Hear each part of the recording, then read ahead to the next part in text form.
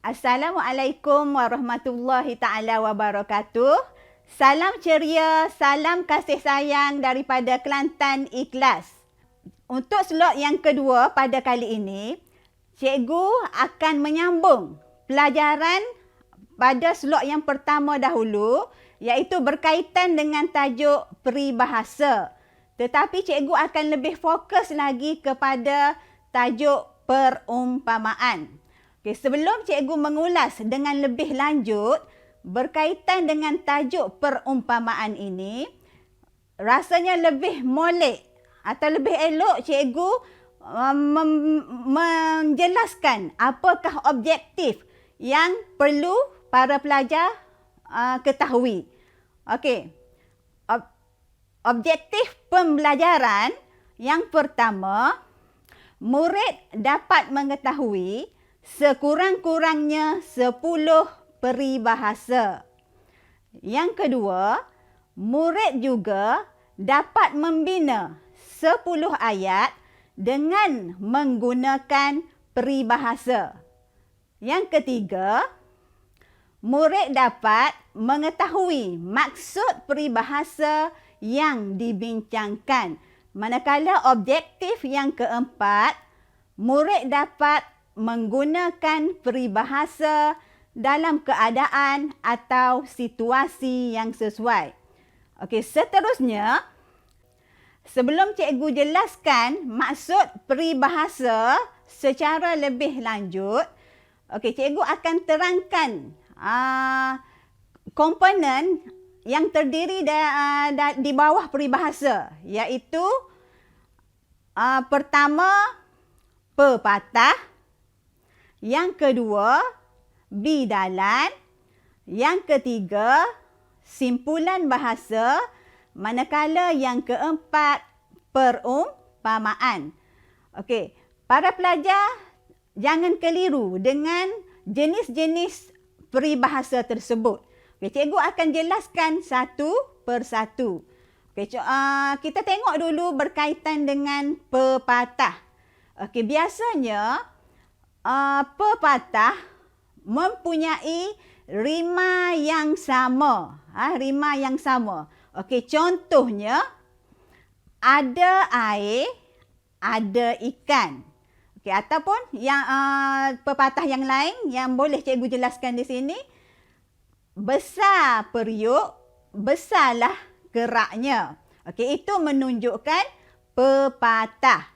Manakala bidalan pula merupakan sesuatu nasihat ataupun pesanan yang lebih bercirikan kepada perilaku seseorang. Okey, contoh, sediakan payung sebelum hujan. Okey, cikgu harap murid-murid dapat membezakan antara pepatah dengan bidalan. Manakala perumpamaan pula yang mempunyai perkataan di awalnya sama ada seperti, laksana dan ibarat. Dan yang keempat iaitu simpulan bahasa. Simpulan bahasa merupakan simpulan bahasa yang menggunakan dua patah perkataan sahaja. Contohnya, anak angkat, ambil angin. Okey, kita teruskan kepada maksud peribahasa secara umum. Okey, pertama, peribahasa ialah rangkai kata atau ayat yang mempunyai maksud tertentu, merujuk kepada maksud berkias, berlapik atau tersirat. Peribahasa juga merupakan susunan kata-kata yang tercipta berdasarkan pengalaman hidup seharian, masyarakat dan diwarisi generasi daripada generasi sejak berzaman. Dan peribahasa juga digunakan untuk memberi teguran, peringatan, pujian dan sindiran. Cikgu harap murid-murid jelas dan faham apakah maksud peribahasa. Okey, seterusnya, dalam slot kali ini, cikgu akan mengupas peribahasa yang ada kaitan dengan unsur ataupun imej alam, iaitu yang berkaitan dengan penggunaan haiwan. Okey, cikgu sengaja memilih peribahasa perumpamaan yang mengambil imej alam binatang atau haiwan ini kerana nak menunjukkan bahawa masyarakat zaman dahulu sentiasa kreatif.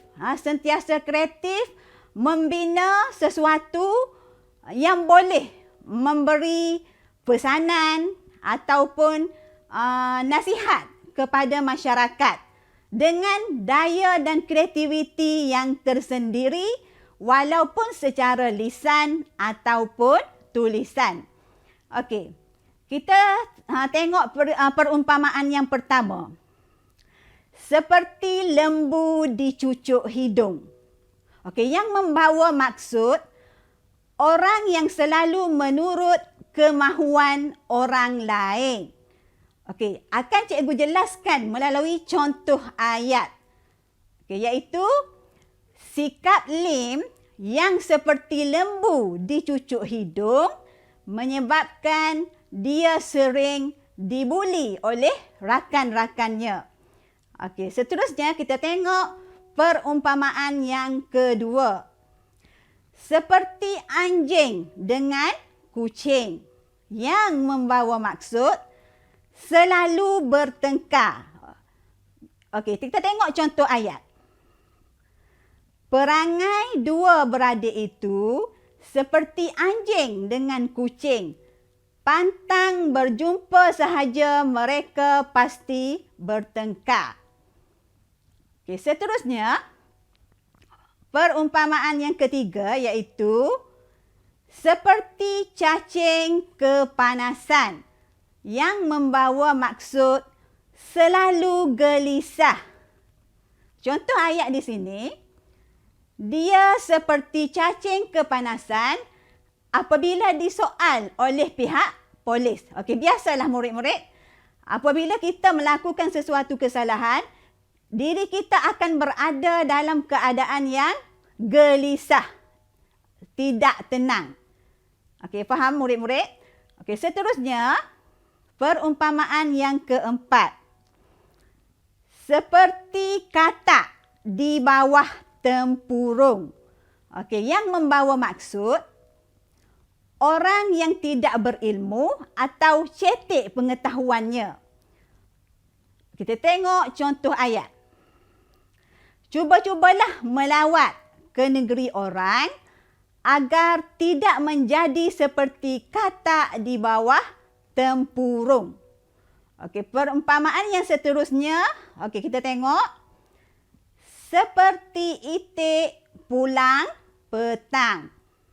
Okey, perumpamaan ini pula membawa maksud berjalan terlalu lambat. Okey, contoh ayat. Adik berjalan seperti itik pulang petang, sebab itulah akhirnya dia terpaksa didukung oleh ibu. Okey, seterusnya perumpamaan yang keenam. Seperti rusa masuk kampung yang membawa maksud berasa hairan dan tercengang-cengang apabila berada di tempat baru.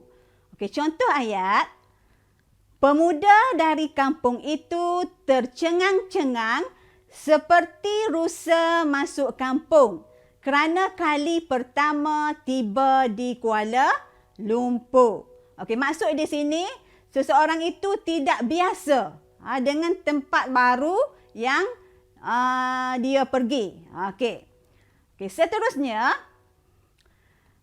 perumpamaan seperti tikus membaiki labu. Okey, yang membawa maksud membaiki barang yang tidak diketahui lalu menjadi semakin teruk ataupun semakin rosak. Contoh ayat, perbuatan Ramli seperti tikus membaiki labu apabila dia cuba membaiki radio yang rosak itu. Di sini menunjukkan bahawa seseorang itu sebenarnya tidak mengetahui cara-cara untuk melakukan sesuatu, tetapi dia cuba untuk membaiki dan akhirnya apa yang dibaiki itu semakin rosak. Okey, cikgu harap murid-murid faham untuk perumpamaan seperti tikus membaiki labu. Okey, seterusnya perumpamaan seperti merpati dua sejoli.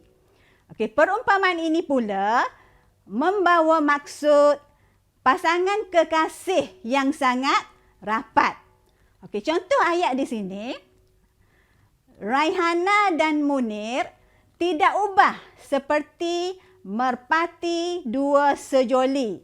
Kelihatan berdua-duaan ke mana sahaja mereka pergi.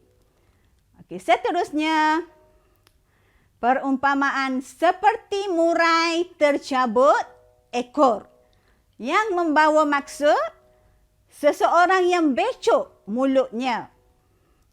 Okey, contoh ayat, Rina yang bercakap seperti murai tercabut ekor itu telah didenda berdiri di atas kerusi kerana membuat bising di dalam kelas. Okey, perbuatan ini merupakan perbuatan yang tidak sepatutnya murid-murid lakukan ataupun ikuti. Seterusnya,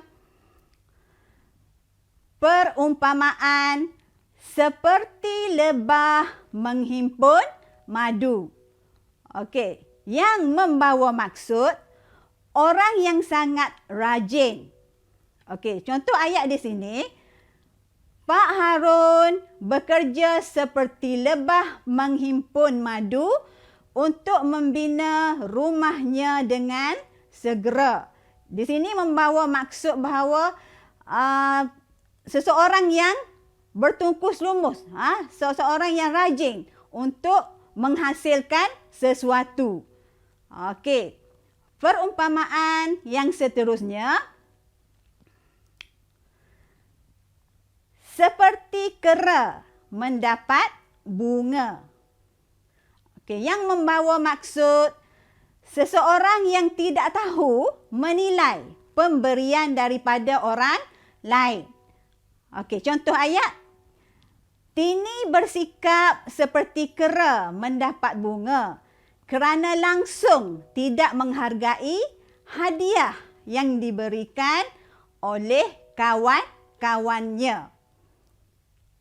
Okey, seterusnya kita tengok pula perumpamaan yang ke-12, iaitu seperti lipas kudung.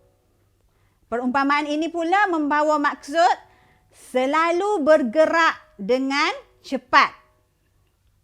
Okey, contoh ayat, gadis itu bekerja seperti lipas kudung. Menunjukkan perbuatannya terlalu cepat ataupun pantas menyiapkan sesuatu kerja yang telah diamanahkan ataupun telah diberikan kepadanya. Okey, seterusnya perumpamaan seperti lintah menghisap darah.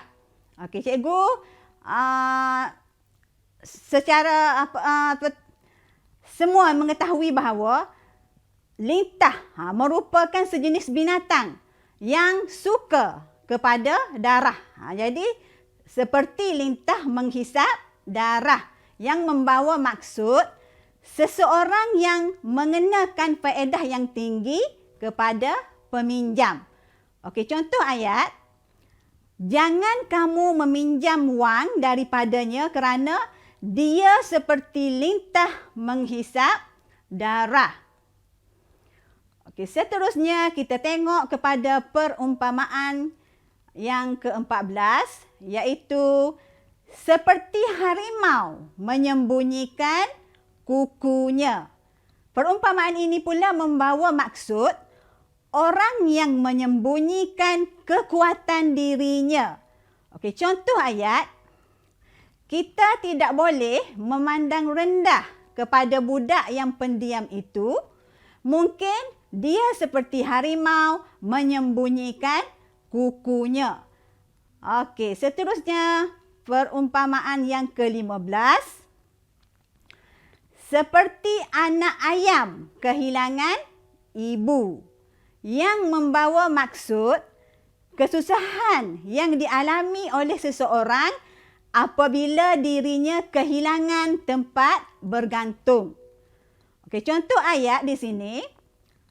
Rakyat di negara itu seperti anak ayam kehilangan ibu sejak kemangkatan raja mereka, yang membawa maksud tiada arah tujuan. Okey. Untuk perumpamaan seterusnya kita tengok ibarat burung dalam sangkar. Perumpamaan ini pula membawa maksud tidak ada kebebasan. Contoh ayat, walaupun dia anak orang kaya, tetapi dirinya ibarat burung dalam sangkar, tidak bebas keluar bergaul dengan kawan-kawan sesuka hatinya. Okey, seterusnya perumpamaan yang ke-17. Ada udang di sebalik batu, yang membawa maksud ada sesuatu yang tersembunyi di sebalik sesuatu perbuatan. Okey, kita tengok contoh ayat. Lelaki yang datang pada waktu senja ke rumah Tuan Haji Ramli agak mencurigakan kerana daripada tindak tanduknya seolah-olah ada udang di sebalik batu. Okey, seterusnya perumpamaan bagai anjing tersepit di pagar. Perumpamaan ini pula membawa maksud iaitu keadaan serba salah. Okey, contoh ayat. Pemuda itu kelihatan bagaikan anjing tersepit di pagar semenjak rahsia perbuatannya yang jahat itu terbongkar. Okay, seterusnya, perumpamaan seperti belut pulang ke lumpur. Perumpamaan ini membawa maksud selepas pulang ke tempat asal, tidak mahu pergi lagi ke tempat lain. Okey, contoh ayat. Semenjak pulang ke kampung, Encik Malik sudah menjadi seperti belut pulang ke lumpur kerana dia tidak mahu tinggal di Kuala Lumpur lagi.